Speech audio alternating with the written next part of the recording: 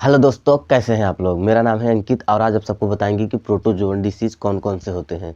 दोस्तों, हम common disease के बारे में पढ़ रहे थे। हमने देखा कि 5 कॉमन डिसीज़ होता है: बैक्टीरिया, वायरस, प्रोटोजोन, हेलमिंथ और फंगाई।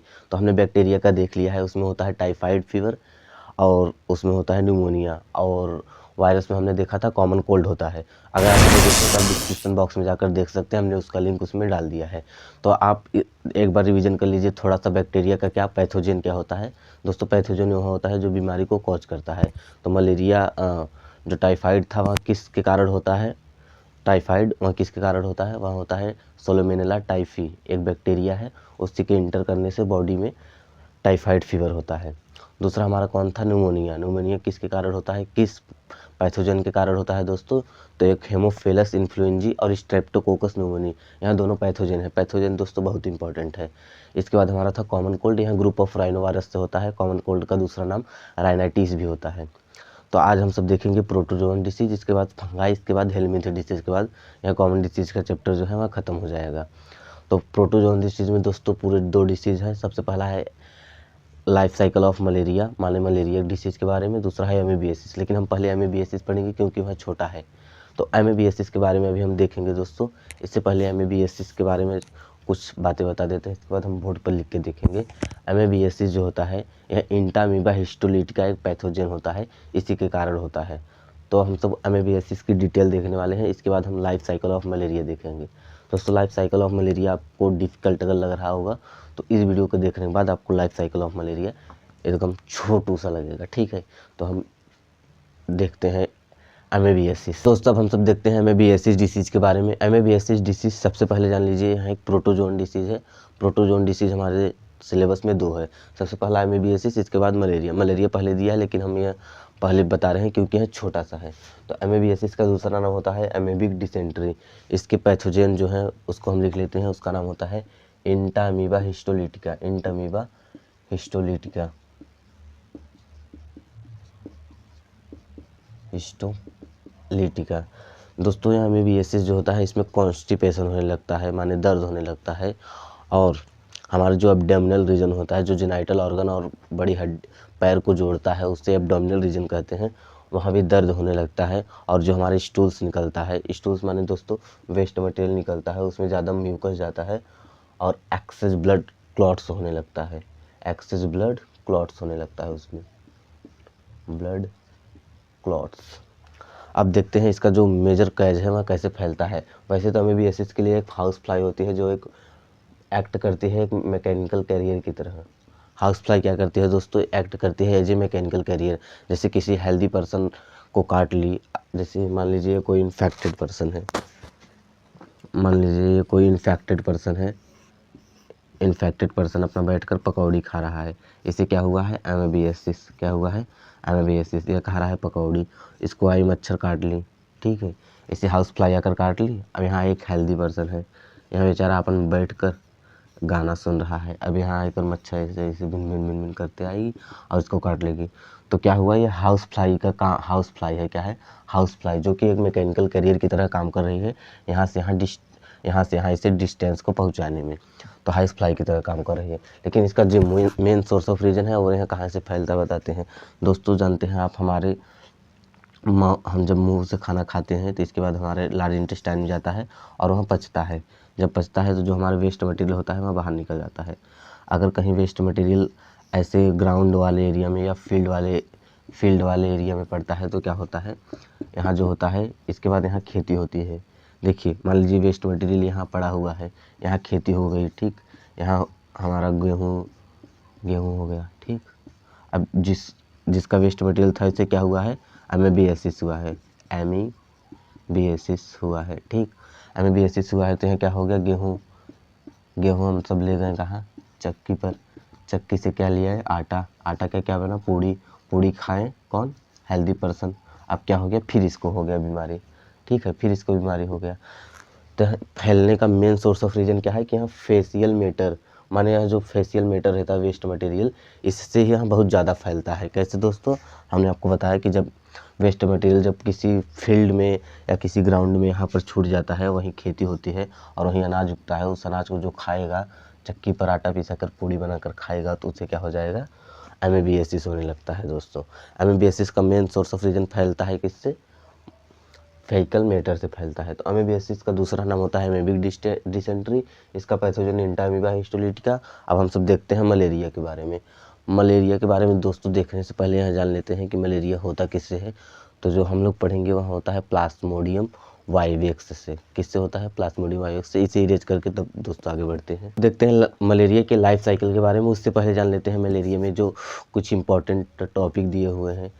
मलेरिया होता है हमें प्लाज्मोडियम के इंटर करने की वजह से हमारे बॉडी में। तो मलेरिया बुखार कब होता है? जब प्लाज्मोडियम पैथोजन इंटर करे आपके बॉडी में। प्लाज्मोडियम है कितने प्रकार का होता है? प्लाज्मोडियम वाइवेक्स, प्लाज्मोडियम मलेरिया और प्लाज्मोडियम फैल्सीपेरम। यहाँ प्लाज्मोडियम वाइवेक्स जो है जब काटता है तो क्या होता है? मलेरिया हो जाता है। यहाँ प्लाज्मोडियम मलेरिया इसका नाम ही है, इसका नाम है प्लाज्मोडियम फैल्सीपेरम। यह दोस्तों सबसे डेंजरस है। क्या है? डेंजरस। डेंजरस माने दोस्तों यह क्या है? खोपड़ी, एक खोपड़ी है। यह सबसे डेंजरस है कौन? फैल्सीपेरम। प्लाज्मोडियम फैल्सीपेरम मैलिग्नेंट हो जाता है, सेरिब्रल डैमेज कर देता है। कौन? प्लाज्मोडियम फैल्सीपेरम जब यहाँ इंटर करता है तब। यहाँ पी से क्या है दोस्तों? प्लाज्मोडियम है। अब हम सब जानते हैं होस्ट। होस्ट क्या होता है? जैसे हमारे अंदर कोई पैथोजन, जब मान लीजिए एस्कैरिस अगर हमारे बॉडी के अंदर रह रहा है तो हम क्या हुए? होस्ट हुए। तो होस्ट उसे कहते हैं जिसमें पैथोजन जो है वहाँ रहे, उसे क्या कहते हैं? होस्ट कहते हैं। तो होस्ट जो है कुछ ऑर्गेनाइज्म जैसे एस्कैरिस जो है उसे केवल एक होस्ट की आवश्यकता होती है। ऐसे जो प्लाज्मोडियम होते हैं उन्हें 2 होस्ट की आवश्यकता होती है। तो जिन्हें एक होस्ट की आवश्यकता होती है उसे कहते हैं मोनोजेनेटिक पैरासाइट। मोनो, जैसे अपने पूरे लाइफ साइकिल में केवल एक लोगों, मोनोजेनेटिक पैरासाइट्स। जिसे अपने लाइफ साइकिल में केवल एक होस्ट की रिक्वायरमेंट होती है, एक होस्ट की ज़रूरत होती है, उसे कहते हैं मोनोजेनेटिक पैरासाइट। जैसे हमारा हो गया एग्जांपल में एस्कैरिस। कौन हो गया? एस्कैरिस। एस्कैरिस को केवल एक होस्ट की रिक्वायरमेंट होती है। ये जो प्लाज्मोडियम होता है, वुचरेरिया होता है, इन्हें 2 होस्ट की रिक्वायरमेंट होती है अपने लाइफ साइकिल को कंप्लीट करने के लिए। इसलिए इन्हें कहा जाता है डाइजेनेटिक पैरासाइट्स। क्या कहा जाता है इन्हें दोस्तों? Digenetic parasites. Digenetic parasite.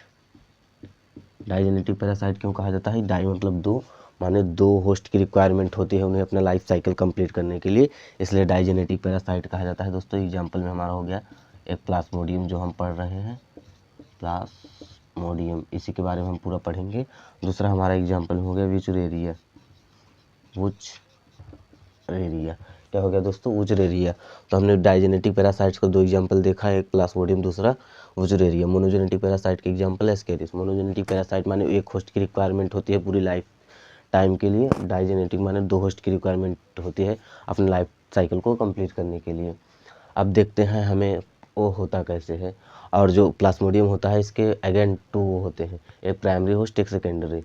Primary host जो होता है वह फीमेल एनीफिलिस के गट में होता है, माने इसके बॉडी में, और सेकेंडरी जो होस्ट होता है वह ह्यूमन बॉडी में होता है। अब प्राइमरी होस्ट सेकेंडरी होस्ट दोस्तों अंतर क्या है? तो जो प्राइमरी होस्ट है इसमें सेक्सुअल पार्ट होता है इनके लाइफ का, और इसमें जो है एसेक्सुअल पार्ट होता है इनके लाइफ का प्लाज्मोडियम के। अब हम इसे देखेंगे डिटेल में यहाँ कैसे होता है दोस्तों। चित्र मुझे छापने नहीं आता, इसलिए बस केवल एनसीईआरटी का जो यहाँ डेटा है इसी से आप सबको बता दे रहे हैं कि यह कैसे होता है। जब दोस्तों कोई फीमेल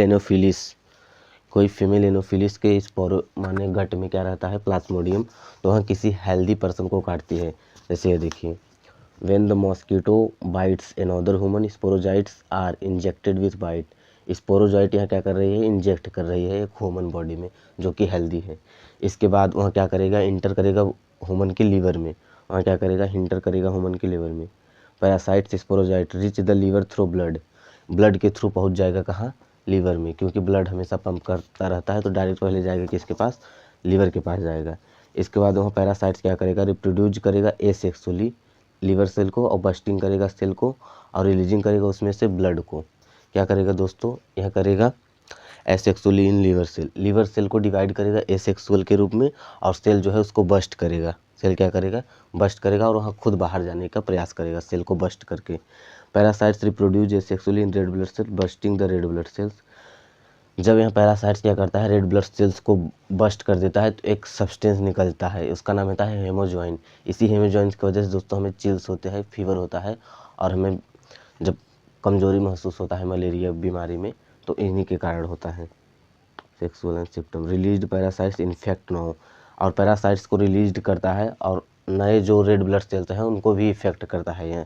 अब जब वहाँ आगे जाकर वहाँ जो ब्लड सेल्स हैं वहाँ दोस्तों आगे जाकर क्या करेंगे, वहाँ खुद दो रूप में डिवाइड हो जाएंगे, एक फीमेल और एक मेल गेमेटोसाइट्स में। तो फीमेल गेमेटोसाइट्स में ओवम, मेल गेमेटोसाइट में स्पर्म। अब जब फिर इसी हेल्दी पर्सन को कोई मॉस्किटो काटेगी तो इस गेमेटोसाइट से वहाँ ब्लड के से सक कर लेगी, मतलब अपने जो उसके दांत होते हैं उससे सक कर लेगी, और उसके गट में जो है वहाँ फर्टिलाइजेशन होता है। फिर इसमें डेवलपमेंट होता है, फिर उसके गट में आ जाता है क्या, स्पोरोजाइट्स। ठीक है, तो सबसे पहला क्या है दोस्तों, सबसे पहला आपको फीमेल एनोफिलिस मान ले, मच्छर आपको काट लिया, फिर आपके ब्लड में जाएगा, ब्लड के बाद लीवर सेल को अफेक्ट करेगा, लीवर सेल के अफेक्ट करने के बाद वहाँ जाएगा रेड ब्लड सेल्स के पास, रेड ब्लड सेल्स को बस्ट करेगा, उसके बाद हेमोजोइन सब्सटेंस निकलेगा जिससे आपको चिल्स होता है, माने कपकपी होती है और फीवर होने लगता है। इसके बाद वहाँ बस्ट करके कहाँ जाएगा, बस्ट करने के बाद वहाँ गेमेटोसाइट बनाएगा, फीमेल गेमेटोसाइट और मेल गेमेटोसाइट बनाकर आपके बॉडी में रहेगा। अगर इसके बाद आपको फिर फीमेल एनोफिलिस आपको काटती है और उसके गट में जाएगा और जो मेल और फीमेल गैमिट बना था, तब वहाँ फर्टिलाइजेशन होगा, अगेन उसके सेलिवरी ग्लैंड में आ जाएगा स्पोरोजॉइट, फिर वह दूसरे को काटेगा। इसी प्रकार इनका लाइफ साइकिल चलता रहता है। तो हमने आज पढ़ा है प्रोटोजोन डिसीज, 2 प्रोटोजोन डिसीज के बारे में। सबसे पहला आर्मीबियासिस, दूसरा हो गया हमारा क्या नाम है इसका, मलेरिया। तो सबसे पहला प्रोटोजोन अमीबियासिस, दूसरा मलेरिया। तो आप सबको उम्मीद करते हैं कि आप सबको दोनों बहुत अच्छे से समझ में आया होगा। तब तक के लिए जय हिंद। अब मिलते हैं नेक्स्ट वीडियो में दोस्तों।